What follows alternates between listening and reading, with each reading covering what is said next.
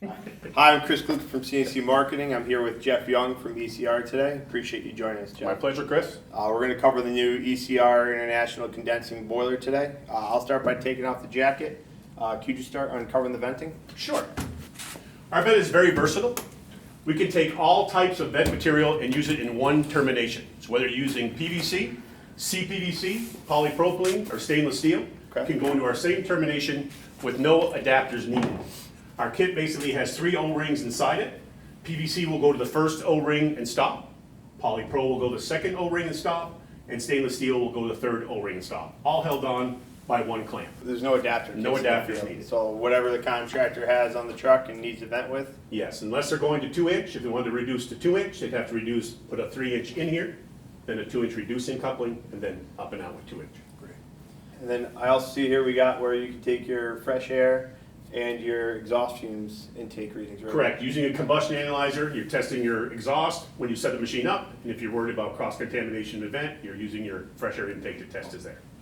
Moving aside the cabinet, we have a pressure switch on this unit. What are we Yes. using that for? One of the many safeties inside the machine for protection of the homeowner. This is a flue blockage switch. If you block the flue, it creates a back pressure, which would lock the machine out.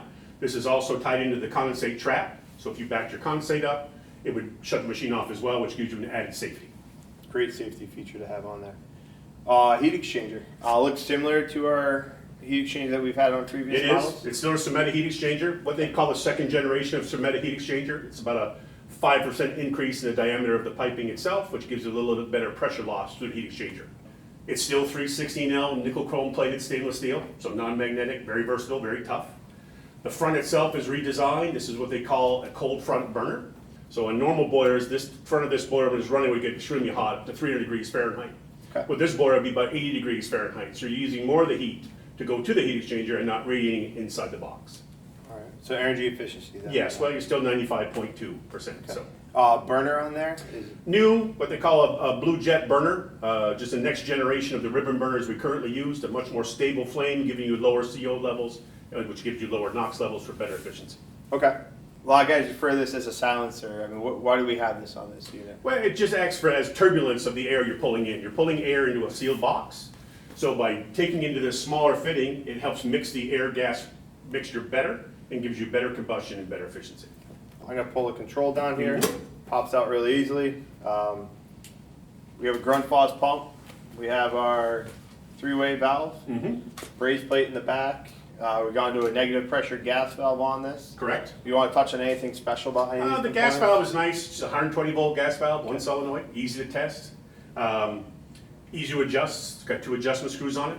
A 4mm adjustment screw for high fire, a 40 Torx wrench millimeter screw for low fire. Okay. Control here, it's an EBM PAPS control. Yes, second generation of that control, much more advanced than the first generation. Gives us a lot of information, makes it very easy to troubleshoot and maintain this machine. Okay. I see you guys split the high voltage on this side, low voltage wiring on Correct. this side. And an added feature to this is we can actually power a primary pump, a secondary pump on this. Okay. So if you had a house that had zone valves and one pump, you could power it here without having a separate controller.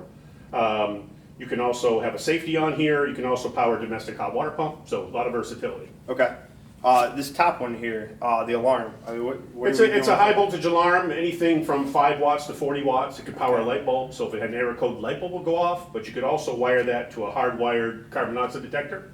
So if the detector went off, it would actually shut the boiler down. It's a great safety feature It is. they've added.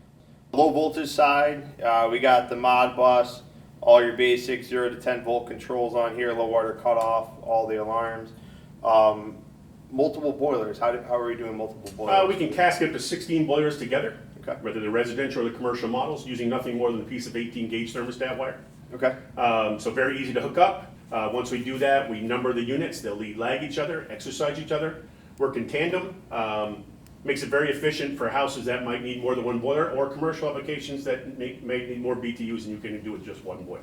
And then additional components on that, we're just buying one system sensor, so we have a common temperature going back to all. That's the- correct. And as far as the Modbus on this, that you talked about, the Modbus is for any kind of BMS system, building management system. If you had using our commercial model, not so much residential, but the commercial, you'd have that function if they wanted to have it hooked to a computer inside the hospital for monitoring the heating system itself. So we're looking at a residential Combi right now. Correct. But you're saying this is a Sansac control for us through our light commercial platform It up is to $499? $299, $399, up to $499. Makes it easy for a contractor to be able to, transition It from does. residential. Nothing to learn. It also looks like if you look at the control, it has the letters. So there's a J6 on here. Correct. So every connector is labeled on the back cover and the front, so you know exactly what it goes to and what it powers. Every wire has a stamp and a color, so it tells you what terminal it goes to, what wire it is, and the color coding lets you read the diagram in the back of the cover better. Makes it easier to troubleshoot It and does. trace when you're in the field. And this unit, we have a Combi, so we got the braze plate sitting in the back of it. Makes it nice and easy and accessible to get to. All right, 3 different sizes. So the 90 would give you 2.9 gallons a minute, the 150 will give you 3.9, and the 200 will give you 5.1 GPM. Awesome. On the front here, get the boiler up and running on the control side of it. So we're gonna power it on. Well, what's the process this goes through? to When you start power up? it on, initially it says initializing, and what it's basically doing is all the safeties are checking themselves, making sure everything's closed, and then making sure the unit's ready to run. After the initialization is done, it will say deaeration. During commissioning, we want to deaerate it. It lets all the air come out of the heat exchanger itself. After that's done, it'll go to normal operation. So navigating the control, I mean, it's telling me it's in standby. Is this gonna tell me what it does in process? Correct. Just by looking at the machine, it tells you. So if you had a call for heat, it would go from standby to pre-purge 1, then pre-purge 2, then ignition, and then when the burner lights, it would say burn. Okay. When that's all done, the call for heat is finished, it would go to post-purge and back to standby. When you have a call for heat, a radiator icon will be on the screen with the flame icon, and when a call for domestic hot water, the faucet icon would be on with the flame icon. Navigating this control, how are we navigating? Very easy. If you want to get to any of the menus, you just press the menu button. Then you can scroll through many different things you want to do, from service information to central heating set points, domestic hot water set points, to check your parameters, to check saved error codes. All be done from this screen. This control, language control, or is it like a numerical error code? Or does it No, it does both. It's any error codes are going to actually give you the error code. It'll give you a number that the error code is. Plus, Okay. it'll tell you what the error code is. Awesome. Okay. You can also, you're setting the time and date on this. You can do it in 18 different languages. And when you change a language, it actually changes the language in the front display too. I see there's an information section on here. What There is. information can we pull out of The that? information this is a lot for a service guy to be able to have.